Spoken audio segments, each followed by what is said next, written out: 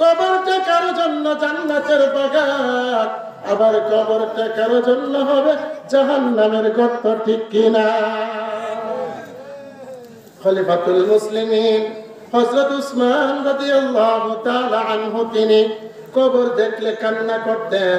সাহাবায়ে কেরাম জিজ্ঞেস করত, ও খলিফাতুল মুসলিমিন, আপনি জান্নাতের আলোচনা করেন, আপনি জাহান্নামের আলোচনা করেন, কিন্তু এত কান্না করতে দেখি না। আপনি কবর দেখলে যত কান্না করেন। খলিফাতুল মুসলিমিন হযরত উসমান বলে, ও নবীর সাহাবীরা, আমি কবর দেখলে কেন কান্না করি জানোনি? কবরটা হলো আখিরাতের প্রথম মঞ্জিল। খলিফাতুল মুসলিমিন হযরত উসমান রাদিয়াল্লাহু তাআলা আনহু তিনি বলেন, ও নবীর সাহাবীরা শুনো, আমি নবীর জবান থেকে শুনেছি, একটা মানুষ যখন দুনিয়া ছেড়ে পরকালের যাত্রী হয়ে যায়, তখন কবরটা হয়ে যায় তার পরকালের প্রথম গাঠি। এই কবরটা যার জন্য সহজ হয়ে যায়, সকল গাঠি তার জন্য সহজ হয়ে যায়। আর এই কবরটা যার জন্য কঠিন হয়ে যায়, সকল গাঠি তার জন্য কঠিন হয়ে যায়। এই জন্য নবীজি বলেন, আল কবরু রাওদাতুম মিন রিয়াদিল জান্নাহ আও হুফরাতুম মিন হুফারিন নার। আল্লাহর নবী বলেন, কবরটা কারো জন্য হবে জান্নাতের বাগান, আবার কবরটা কারো জন্য হবে জাহান্নামের গর্ত। খলিফাতুল মুসলিমিন হযরত উসমান রাদিয়াল্লাহু তাআলা আনহু বলে, ও নবীর সাহাবীরা শুনো, কবরটা হলো পোকামাকড়ের ঘর, কবরটা হলো সাপ বিচ্ছুর ঘর, কবরটা হলো অন্ধকারের ঘর, কবরটা হলো এমন একটা ঘর যেই কবরে বাতি নাই, যেই কবরে সাথী নাই, যেই কবরে বিছানা নাই, ঠিক কিনা? ও নবীর সাহাবীরা শুনো, আমি কবর দেখলে কেন কান্না করি জানো? আমি উসমান হইলাম কবর পথের যাত্রী, আমি জানি না কবরটা আমার সঙ্গে কেমন আচরণ করে, তাই তো আমি উসমান কবর দেখলে কান্না করি। আল্লাহর নবী বিশ্ব নবী একদিন হযরত আলীকে বলে, আলী, তিনটা কাজ বিলম্বিত করিও না। হযরত আলী বলে, ইয়া রাসূলুল্লাহ, ইয়া হাবিবাল্লাহ, ওগো নবীজি, কোন তিনটা কাজ বিলম্বিত করব না গো নবী? আল্লাহর নবী বলে, আলী, এক নম্বর হলো নামাজের সময় যখন হয়ে যায় বিলম্বিত করবা না, নামাজ আদায় করে নিভা। আল্লাহর নবী বিশ্ব নবী বলেন, আসসালাতু আলা ওয়াক্তিহা, হে আলী, সময় মতো নামাজটা পড়িয়া নিও, বিলম্বিত করিও না। আল্লাহ কুরআনে বলেন, ইন্নাস সালাতা কানাত আলাল মুমিনিনা কিতাবাম মাওকুতা। আল্লাহ কুরআনে বলেন, নিশ্চয় আল্লাহ পাক রব্বুল আলামিন মুমিনের উপর নামাজ ফরজ করেছেন সময় মতো, ঠিক কিনা? জোরে বলেন তো, নামাজ কখন পড়তে হবে? সময় মতো। আপনি যদি ইশারের অর্থ জোহরের নামাজ আদায় করেন, আবার জোহরের অর্থ যদি মাগরিবের নামাজ আদায় করেন, জোরে জবান খুলে বলেন তো নামাজ হবে নাকি? তাহলে নামাজ কখন পড়তে হবে? সময় মতো। আসবে মরণ কবে কখন, আসবে মরণ কবে কখন কারো জানা নাই, আজরাইল আসিবার আগে নামাজ পড়ো ভাই, আজরাইল আসিবার আগে নামাজ পড়ো ভাই। আসবে মরণ কবে কখন কারো জানা নাই, তোমার জানাজার নামাজের আগে নামাজ পড়ো ভাই, তোমার জানাজার নামাজের আগে নামাজ ধরো ভাই। নইলে কিন্তু কোনো গতি নাই, ঠিক কিনা জোরে বলে। আমার ইমানদার মুসলমান ভাইরা আমার, হাসরের ময়দানে আল্লাহ পাক রব্বুল আলামিন বান্দা বান্দির কাছ থেকে সর্বপ্রথম যে হিসাবটা নেবেন, জোরে আওয়াজ দিয়ে বলেন তো কিসের হিসাব? নামাজের হিসাব। আল্লাহর নবী বলেন, আউয়ালু মা ইউহাসাবু বিহিল আবদু ইয়াউমাল কিয়ামাতিস সালাহ।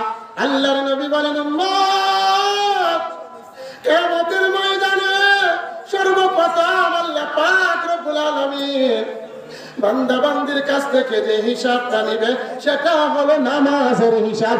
জোরে বলা যাবে কি ঠিক কিনা? তাহলে নামাজটা পড়ার দরকার আছে না নাই? কারা কারা আজকে থেকে 5 ওয়াক্ত নামাজ পড়ার চেষ্টা করব? দুটো হাত আল্লাহকে উঠাইয়া দেখাই। আল্লাহ আপনি ওই ভাইদেরকে বোনদেরকে আল্লাহ আপনি কবুল করেন, সবাই বলেন আমিন। তাহলে সময় মতো নামাজটা পড়বো ইনশাআল্লাহ। আল্লাহর নবী বিশ্বনবী বলেন, হে আলী, 3টা কাজ বিলম্বিত করিও না। হযরত আলী বলে, ইয়া রাসূলুল্লাহ, ইয়া হাবিবাল্লাহ, ওগো নবীজি, কোন 3টা কাজ বিলম্বিত করব না? আল্লাহর নবী বলে, আলী, প্রথম নম্বর হলো নামাজের সময় যখন হয়ে যায়, মুয়াজ্জিন যখন আযান দিয়া যায়, নামাজের ওয়াক্ত যখন হয়ে যায়, আলী বিলম্বিত করিও না, সাথে সাথে নামাজটা পড়িয়া নিও। ও আলী, জানো কখন জানি মালাকুল মউত আজরাইল এসে যায়, বলা তো যায় না। আলী নামাজটা আদায় করে নিও। হে আলী শুনো, দ্বিতীয় নম্বর হলো সন্তান যখন উপযুক্ত হয়ে যায়, বিয়ে শাদীর উপযুক্ত হয়ে যায়, আলী যদি উপযুক্ত পাত্র পাত্রী পাওয়া যায়, দেরি করবা না, বিবাহের ব্যবস্থা করবা। আল্লাহর নবী বলে, আলী, জানাজা যখন উপস্থিত হয়ে যায়, বিলম্বিত করবা না, জানাজা পড়িয়া দাফন করিয়া দিবা। কিন্তু এখন আমাদের সমাজে এটা হয়তো নাকি উল্টা হয়? উল্টা হয়। সন্তান যখন বিয়ের উপযুক্ত হয়, মা বাবা বিয়ে নিয়ে চিন্তা নাই, ঠিক কিনা? অথচ আল্লাহর নবী বিশ্বনবী বলেন, মান ফুলিদা লাহু ওয়ালাদুন ফালইউহসিন ইসমুহু ওয়া আদাবাহু। আল্লাহর নবী বিশ্বনবী বলেন, কোন ব্যক্তি যখন সন্তান জন্ম দিয়েছে, অর্থাৎ বাবা হয়েছে, বাবার উপর দায়িত্ব হলো সর্বপ্রথম সুন্দর একটা নাম রাখা। কি রাখা? সুন্দর নাম রাখা, কারণ নামের প্রভাব পড়ে। আজকে থেকে রাখবো ইনশাআল্লাহ। দ্বিতীয় নম্বর, আল্লাহ নবী বিশ্বনবী বলেন, সন্তান যখন কথা বলতে শুরু করে, ওয়া আদাবাহু, তোমার সন্তানকে কুরআন হাদিস আদব শিষ্টাচার শিক্ষা দাও। যেই সন্তান কোদালাটিয়া দারুল আবরার মাদ্রাসায় কুরআন তেলাওয়াত করবে, আমি আশাবাদী যে সন্তানের হাতে কুরআন উঠবে, ওই সন্তানের হাতে কোনোদিন বাবা এবা উঠতে পারে না, ঠিক কিনা? যে সন্তান প্রতিদিন সকালবেলা কুরআন পাঠ করবে, ওই সন্তান বড় হয়ে আবুল তাবুল আবুল সরকারের মতো নাস্তিক হবে না, ঠিক কিনা? তাহলে কোরআন পড়ানোর দরকার আছে না নাই? মাদ্রাসায় পড়ানোর দরকার আছে না নাই? আল্লাহর নবী বিশ্বনবী বলেন, পিতার উপর দায়িত্ব হলো সন্তান যখন কথা বলতে শুরু করে তখন আদব শিষ্টাচার শিক্ষা দেওয়া। আমরা দিব তো?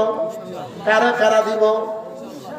আল্লাহ আমাদের সন্তানদেরকে কোরআনের শিক্ষায় শিক্ষিত করার তৌফিক দান করো, সকলে বলেন আমিন। আল্লাহর নবী বিশ্বনবী বলেন, সন্তান যখন বিবাহের উপযুক্ত হয়, বাবার উপর দায়িত্ব বিয়ে শাদীর ব্যবস্থা করা। বিয়ে শাদীর ব্যবস্থা করা। আর যদি বিয়ে শাদীর ব্যবস্থা না করে, আল্লাহর নবী বলেন ওই সন্তান যদি গুনাহের কাজে লিপ্ত হয়, এই গুনাহ বাবার উপরও বর্তাবে। খেয়াল রাখবো। আল্লাহর নবী বিশ্ব নবী বলেন, হে আলী, সন্তান যখন বিবাহের উপযুক্ত হয় বিলম্বিত করবা না, উপযুক্ত পাত্র পাওয়া গেলে বিয়ের ব্যবস্থা করে দিবা। তৃতীয় নাম্বার হলো আলী, জানাজা যখন উপস্থিত হয়ে যায় বিলম্বিত করবা না, জানাজা পড়িয়া দাফন করিয়া দিবা। সে যদি জান্নাতি হয় তুমি কেন তাকে আটকে রেখেছো, তাকে তার গন্তব্যে পাঠিয়ে দাও। আল্লাহর নবী বিশ্বনবী বলেন, আল কবরু রাউযাতুম মিন রিয়াদিল জান্নাহ আও হুফরাতুম মিন হুফারিন নার। আল্লাহর নবী বলেন কবরটা কারো জন্য হবে জান্নাতের বাগান, আর কবরটা কারো জন্য হবে জাহান্নামের গর্ত। আল্লাহর নবী বিশ্বনবী বলেন, একটা মানুষ যখন হায়াতের জিন্দেগি শেষ করে তখন তার শুরু হয়ে যায় পরকাল, কবর জগৎ। একটা মানুষকে যখন দাফন করা হয়, আল্লাহর নবী বিশ্বনবী বলেন ওই মানুষটাকে ফেরেশতারা প্রশ্ন করে, ঠিক কিনা? আল্লাহর নবী বিশ্বনবী বলেন মানুষটাকে যখন দাফন করা হয় ফেরেশতারা এসে জিজ্ঞাসা করে, মার রাব্বুকা ওয়া মা দীনুকা ওয়া মান নাবিয়্যুকা। আল্লাহর নবী বলেন একটা মানুষকে যখন দাফন করা হয় ফেরেশতারা জিজ্ঞাসা করে, মার রাব্বুকা, তোমার রব কে? মানুষটা যদি ওই বান্দা বান্দি যদি হায়াতের জিন্দেগিতে আল্লাহর হুকুম মেনে চলে, রাসূলের তরিকা অনুযায়ী যদি জীবনটা কাটাইয়া যেতে পারে, যখন ফেরেশতারা প্রশ্ন করে মার রাব্বুকা, তোমার রব কে, সাথে সাথে জবাব দিয়ে দেয় আমার রব হলো আল্লাহ, রব্বি আল্লাহ। আবার যখন ফেরেশতারা প্রশ্ন করে ওয়া মা দীনুকা, তোমার ধর্ম কি? লোকটা হায়াতের জিন্দেগিতে আল্লাহর হুকুম মানার কারণে, নামাজ পড়ার কারণে, হালালকে হালাল চিনার কারণে, হারামকে হারাম চিনার কারণে, আল্লাহর রাসূলের তরিকা অনুযায়ী চলার কারণে যেই মুহূর্তে ফেরেশতারা প্রশ্ন করে ওয়া মা দীনুকা, তোমার ধর্ম কি, সাথে সাথে লোকটা জবাব দিয়ে দেয় দীনি আল ইসলাম। আল্লাহু আকবার, আমার ধর্ম হলো ইসলাম। আবার যখন ফেরেশতারা প্রশ্ন করে ওমান নাবিয়্যুকা, তোমার নবী কে? লোকটা হায়াতের জিন্দেগিতে আল্লাহর হুকুম মানার কারণে, রাসূলের তরিকা অনুযায়ী চলার কারণে, দেখানোর সাথে সাথে, প্রশ্ন করার সাথে সাথে লোকটা জবাব দিয়ে দেয় আমার নবী হলো মুহাম্মাদুর রাসূলুল্লাহ সাল্লাল্লাহু আলাইহি ওয়াসাল্লাম। এই তিন প্রশ্নের জবাব যখন দিয়ে দেয়, আকাশ থেকে আওয়াজ আসে, সাদাকতা আবদি, আল্লাহু আকবার। আল্লাহ পাক রব্বুল আলামিন বলে, ও ফেরেশতারা, আমার বান্দা সত্য কথা বলেছে, কন্যা সুবহানাল্লাহ। আবার ঘোষণা আসে, ফাআফরিশুহু মিনাল জান্নাহ ওয়া আলবিসুহু মিনাল জান্নাহ ওয়াফতাহু লাহু বাবান ইলাল জান্নাহ, আল্লাহু আকবার। যখন লোকটা তিন প্রশ্নের জবাব দিয়ে দেয়, আওয়াজ আসে, আমার বান্দা সত্য কথা বলেছে, আমার বান্দার জন্য জান্নাতের বিছানা বিছায়া দাও। আমার বান্দা সত্য কথা বলেছে, আমার বান্দার গায়ে জান্নাতের পোশাক পরায়া দাও। আমার বান্দা সত্য কথা বলেছে, আমার বান্দার জন্য জান্নাতের দরওয়াজাটা খুলিয়া দাও। সুবহানাল্লাহ। শুধু এটাই নয়, আল্লাহর নবী বিশ্বনবী বলেন তিনটা প্রশ্নের জবাব যখন বান্দা বান্দি দিয়ে দেয়, ঘোষণা আসে, তার দৃষ্টি যত দূর যায় তত দূর পর্যন্ত তার কবরটাকে প্রশস্ত করে দিয়া দাও। সুবহানাল্লাহ। আমার ইমানদার মুসলমান ভাইয়েরা আমার, আপনারা লক্ষ্য করবেন, এমন হয় কবর দিতে গিয়ে পানি উঠে যায়, ঠিক কিনা? পানি উঠে যায়। ও আমার ইমানদার মুসলমান ভাইরা আমার, একটা মানুষ যদি হায়াতের জিন্দেগিটা আল্লাহর হুকুম অনুযায়ী রাসূলের তরিকা অনুযায়ী কাটাইতে পারে, আপনি কবর দিয়ে আসতে দেরি, এই কবরটা জান্নাতের বাগানে জান্নাতের ফুল বিছানা হতে দেরি হয় না। সুবহানাল্লাহ। একটা মানুষ যখন হায়াতের জিন্দেগিতে আল্লাহর হুকুম মানিয়ে চলে, রাসূলের তরিকা অনুযায়ী কাটাইতে পারে, আপনি যত স্বল্প মূল্যের কাপড় দেন না কেন, আপনি যত অল্প মূল্যের কাপড় দিয়ে আপনি দাফন করেন না কেন, তিনটা প্রশ্নের জবাব যখন দিয়ে দিতে পারে, আল্লাহ পাক রব্বুল আলামিন বলেন, ও ফেরেশতারা, আমার বান্দা বান্দির পরন থেকে ওই কাপড়টা পাল্টাইয়া জান্নাতের পোশাক আমার বান্দা বান্দিদেরকে পরাইয়া দাও। আল্লাহ পাক রব্বুল আলামিন বলেন, ও ফেরেশতারা, তোমরা এমন ঘুমের ব্যবস্থা করো, নতুন ঘর যেমন ভাবে ঘুমায় এমন ভাবে ঘুমের ব্যবস্থা করে দাও। সুবহানাল্লাহ। আর একটা নাফরমান যখন মারা যায়, ঠিক তেমনি ভাবে যখন তাকে দাফন করা হয়, দাফন করার পর ফেরেশতারা প্রশ্ন করে, মার রাব্বুকা ওয়া মা দীনুকা ওয়া মান নাবিয়ুকা। প্রশ্ন করার সাথে সাথে নাফরমান দুনিয়াতে আল্লাহর হুকুম মানে নাই, না মানার কারণে, আবল তাবল করার কারণে, রাসূলের তরিকা অনুযায়ী না চলার কারণে ফেরেশতারা যখন প্রশ্ন করে, মার রাব্বুকা, সে বলে লা আদরি, ওয়া মা দীনুকা, বলে লা আদরি, ওয়া মান নাবিয়ুকা, সে বলে চিনি না, জানি না, বলেন নাউযুবিল্লাহ। আল্লাহর নবী বিশ্বনবী বলেন, নাফরমান যখন বলে লা আদরি, জানি না, চিনি না, আল্লাহর নবী বিশ্বনবী বলেন, ওই ব্যক্তির কবরটাকে এত সংকীর্ণ করে দেওয়া হয়, আল্লাহর নবী বিশ্বনবী বলেন, দুই পার্শ্বের মাটি তাকে চাপ দেয়। আল্লাহর নবী বিশ্বনবী বলেন, এত জোরে চাপ দেয়, এমন জোরে চাপ দেয়, এক পাজরের হাড় অপর পাজরের হাড়ের ভিতরে ঢুকিয়া যায়। আর নাফরমান চিৎকার করতে থাকে।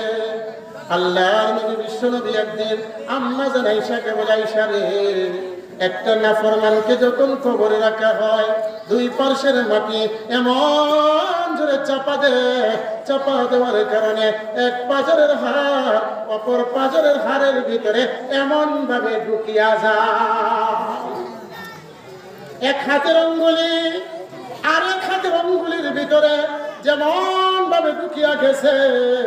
আয়েশা রে, নাফরমানের এক পাজরের হাড় অপর পাজরের হাড়ের ভিতরে তেমন ভাবে ঢুকিয়া যায়। আর যখন নাফরমানেরা চিল্লাতে থাকে, কেউ শুনে না, আত্মীয় স্বজন কেউ শুনে না, ঠিক কিনা? আল্লাহ বলেন, সব মাখলুকাত শুনে, কিন্তু মানুষ এবং জিন ছাড়া সকল মাখলুকাত তার আওয়াজ শুনতে পায়। আল্লাহর নবী বলেন, শুধু এটাই নয়, নাফরমানকে যখন কবরে রাখা হয়, নাফরমানের কবরের মধ্যে আগুন জ্বালায়া দেওয়া হয়। আল্লাহর নবী বিশ্বনবী বলেন, আল কবরু রাউদাতুম মিন রিয়াদিল জান্নাহ আও হুফরাতুম মিন হুফারিন নার। কবরের মধ্যে নাফরমানের আগুন জ্বালায়া দেওয়া হয়। আপনারা দেখেছেন ঢাকায় উত্তরায় যখন আগুন লেগেছিল, সারা বাংলাদেশ হাহাকার, ঠিক কিনা? কেউ যায় অক্সিজেন নিয়ে, কেউ যায় আবার রক্তের ব্যবস্থা করে, কেউ হাসপাতালের ব্যবস্থা করে। দুনিয়ার জমিনে এমনটা করা যায়, কিন্তু জোরে বলেন তো, কবর জগতে যদি এমন হয়ে যায়, আপনি আমার পাশে কে দাঁড়াবেন? মানুষ আছে নাকি? আছে নাকি? তাহলে এই আগুন থেকে বাঁচতে হলে দুনিয়াতে কিছু কামাই করা দরকার, আছে না নাই? আল্লাহর নবী বিশ্বনবী বলেন, আল কিসু মান দানা নাফসাহু ওয়া আমিলা লিমা বাদাল মাউত। সবচাইতে জ্ঞানী ওই ব্যক্তি যে দুনিয়াতে থেকে পরকালের সামান তৈরি করে। আল্লাহ পাক রব্বুল আলামিন পবিত্র কালামের মধ্যে বলেন, ইয়া আইয়ুহাল্লাযীনা আমানুত্তাকুল্লাহা ওয়াল তানজুর নাফসুম মা কদ্দামাত লিগাদ। আল্লাহ পাক রব্বুল আলামিন বলেন, হে ইমানদারেরা, তোমরা আমি আল্লাহকে ভয় করো, পরকালের জন্য কি পাঠিয়ে হিসেবে পাঠিয়েছো এটার প্রতি চিন্তা করো, লক্ষ্য করো। তাহলে আমাদের পরকালে চিন্তা করার দরকার আছে না নাই? কোথায় করতে হবে? কই থেকে? মইরা গিয়া কই থেকে? দুনিয়াতে থেকে। আর দুনিয়া মাজরাতুল আখিরাহ, দুনিয়াটা হলো পরকালের শস্য ক্ষেত। আমরা তো এটা বুঝি, ক্ষেতের মধ্যে যত আপনি যাওয়া আসা করবেন, ক্ষেতের মধ্যে যত আপনি সার গোবর দিবেন, ক্ষেতের মধ্যে যত পানি চাষন করবেন, আপনার ফসল ভালো হবে। ঠিক কিনা জুড়ে বলে? ঠিক তেমনি ভাবে দুনিয়ার হায়াতের জিন্দেগিতে আপনি যত আমল করবেন, পরকালে তত আপনি নেকি পাবেন। ঠিক কিনা? পরকালে এমন অবস্থা হয়ে যাবে, একটা নেকের কারণে জাহান্নামী বলে সাব্যস্ত হয়ে যাবে। যখন একটা নেকির কারণে জাহান্নামী বলে সাব্যস্ত হয়ে যাবে, তখন লোকটা বলতে থাকবে, মালিক রে, দুনিয়ার জীবনে আমার মা ছিল, বাবা ছিল, ভাই ছিল, বোন ছিল, আত্মীয় স্বজন ছিল, ও মালিক রে, আমার একটু সুযোগ দাও না, দেখি একটা নেকি খুঁজে পাই কিনা। তখন লোকটা গিয়ে তার মাকে বের করবে, তার ভাইকে বের করবে, তার বাবাকে বের করবে, তার কলিজার টুকরা সন্তানকে বের করবে, বের করে বলবে, ও আমার কলিজার টুকরা মা, ও আমার কলিজার টুকরা বাবা, ও আমার কলিজার টুকরা সন্তান, ও আমার কলিজার টুকরা আদরের ভাই, ও আমার কলিজার টুকরা আদরের বোন, আজকে আমি একটা নেকির অপর একটা নেকির কারণে জাহান্নামী বলে সাব্যস্ত হয়ে গেছি, তোমরা আমাকে একটা নেকি দিয়া দাও, আমি যেন জাহান্নাম থেকে মুক্তি পেতে পারি। তখন সবাই তাকে বলবে, তোমাকে একটা নেকি যদি দিয়ে দেয় আমার অবস্থা কি হবে? আল্লাহ কোরআনে বলেন, ইয়াউমা ইয়াফিরুল মারউ মিন আখিহি ওয়া উম্মিহি ওয়া আবিহি ওয়া সাহিবাতিহি ওয়া বানিহি। আল্লাহ কোরআনে বলেন, মানুষ যখন তার ভাইয়ের কাছে গিয়ে বলবে একটা নেকি দিয়া দাও, আল্লাহ ভাইয়ের কথা আগে বললেন কেন? দেখবেন একটা মানুষ যখন যুবক হয়, তখন দেখবেন তার বাবা বৃদ্ধ হয়ে যায় অধিকাংশ। ঠিক কিনা? ভাই তাকে তার সমবয়স্ক, বিপদে আপদে ভাই গিয়ে পাশে দাঁড়ায়। ঠিক কিনা? এই জন্য আল্লাহ বলেন, ভাইয়ের কাছে সর্বপ্রথম গিয়ে বলবে, ও কলিজার আদরের টুকরা ভাই, দুনিয়ার জমিনে তোমার একটা গালি দিলে আমার সহ্য হইতো না, তোমাকে কেউ আঘাত করলে আমি সহ্য করতাম না, তোমার পথে আমি গিয়ে লাঠি মারতাম। ঠিক কিনা? আজকে আমি বিপদে পড়ে গেছি, বাইরে একটা নেকি দিয়া দাও, আমি যেন জাহান্নাম থেকে মুক্তি পেতে পারি, আমি যেন শাস্তি থেকে মুক্তি পেতে পারি। ভাই জবাব দিবে, দুনিয়ার জমিনে আমার ভাই ছিল, কিন্তু তুমি কে? আমি তোমাকে চিনি না, তোমাকে চিনি না। আমি যদি তোমার একটা নেকি দিয়া দেয়, আমার বেলা আমার অবস্থা কেমন হবে? মায়ের কাছে যাওয়ার পরে মা একই কথা বলবে। মা বলবে, দুনিয়ার জমিনে আমার সন্তান ছিল, কিন্তু তুমি কে?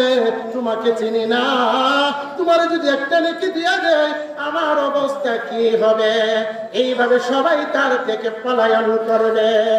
তাহলে বোঝা গেল নেকি কামাই করার দরকার কোন জায়গায়? দুনিয়াতে।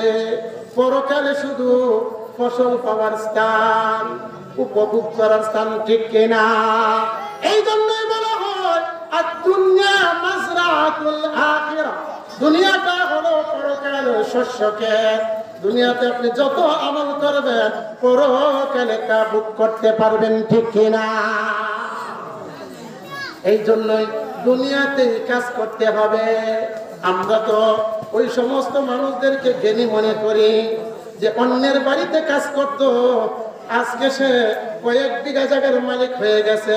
আগে অন্যের বাসায় ভাড়া থাকতো, এখন কয়েকতলা বিল্ডিং এর মালিক হয়ে গেছে। আমরা তো বলি ওই লোকটা কত জ্ঞানী, দেখছনি কত বুদ্ধিমান। কিন্তু আল্লাহর নবী বিশ্বনবী বলে না না না না, ওই ব্যক্তি জ্ঞানী না, সব চাইতে জ্ঞানী হলো ওই ব্যক্তি যে দুনিয়াতে থেকে পরকালের সামান তৈরি করে। আল্লাহর নবী বলেন আল কিসু মান দানা নাফসাহু ওয়া আমিলা লিমা বাদাল মাউত। সব চাইতে জ্ঞানী হলো ওই ব্যক্তি যে দুনিয়াতে থেকে পরকালের সামান তৈরি করে। আমি বলতেছিলাম একটা মানুষ যখন হায়াতের জিন্দেগিতে আল্লাহর সাথে নাফরমানি করে, আল্লাহর হুকুম পালন করে না, রাসূলের তরিকা অনুযায়ী চলে না, সে যখন মারা যায়, তাকে যখন কবরে রাখা হয়, তার কবরের মধ্যে আগুন জ্বালায়া দেওয়া হয়। আল্লাহর নবী বিশ্বনবী বলেন শুধু এটাই নয়, একটা মানুষ যখন মারা যায় তখন তার কবরে 3টা প্রশ্ন করা হয়। এই প্রশ্নের জবাব যখন দিতে না পারে, তার কবরের মধ্যে বিষাক্ত বিষধর সাপ ছেড়ে দেওয়া হয়। হাদিসের মধ্যে এসেছে 70 থেকে 99টা সাপ তার কবরের মধ্যে ছেড়ে দেওয়া হয়। আল্লাহর নবী বিশ্বনবী বলেন ওই সাপগুলা কত ভয়ানক, কত ভয়ানক। আল্লাহর নবী বিশ্বনবী বলেন ওই সাপগুলার বিষ এত বিষাক্ত। আল্লাহর নবী বলেন কোন একটা সাপের নিঃশ্বাস যদি দুনিয়ার জমিনে ছেড়ে দেওয়া হতো, কিয়ামত পর্যন্ত গাছপালা তরুলতা বৃক্ষলতা জন্মাতো না। ওই সাপগুলা তাকে প্রতিনিয়ত দংশন করতে থাকবে। মুফাসসিরে কেরাম বলেন প্রতিটা দংশনের কারণে 70 গজ মাটির নিচে সে চলে যাবে। আল্লাহর নবী বিশ্বনবী বলেন ওই সাপগুলা দংশন করতে থাকবে আর বলে নাফরমান তুমি ফজরের নামাজ পড়ো না, ফজরের নামাজ না পড়ার কারণে তোমার কবরে আমাকে আল্লাহ নিযুক্ত করে দিয়েছে, আমি যেন তোমাকে জোহর পর্যন্ত দংশন করতে থাকি। আবার যখন জোহরের সময় হয়ে যায়, জোহরের সময় বলতে থাকবে না ফরমান তুমি জোহরের নামাজ না পড়ার কারণে মহান আল্লাহ পাক রব্বুল আলামিন তোমার কবরে আমাকে নিযুক্ত করে দিয়েছে, আমি যেন তোমাকে আসর পর্যন্ত দংশন করতে থাকি।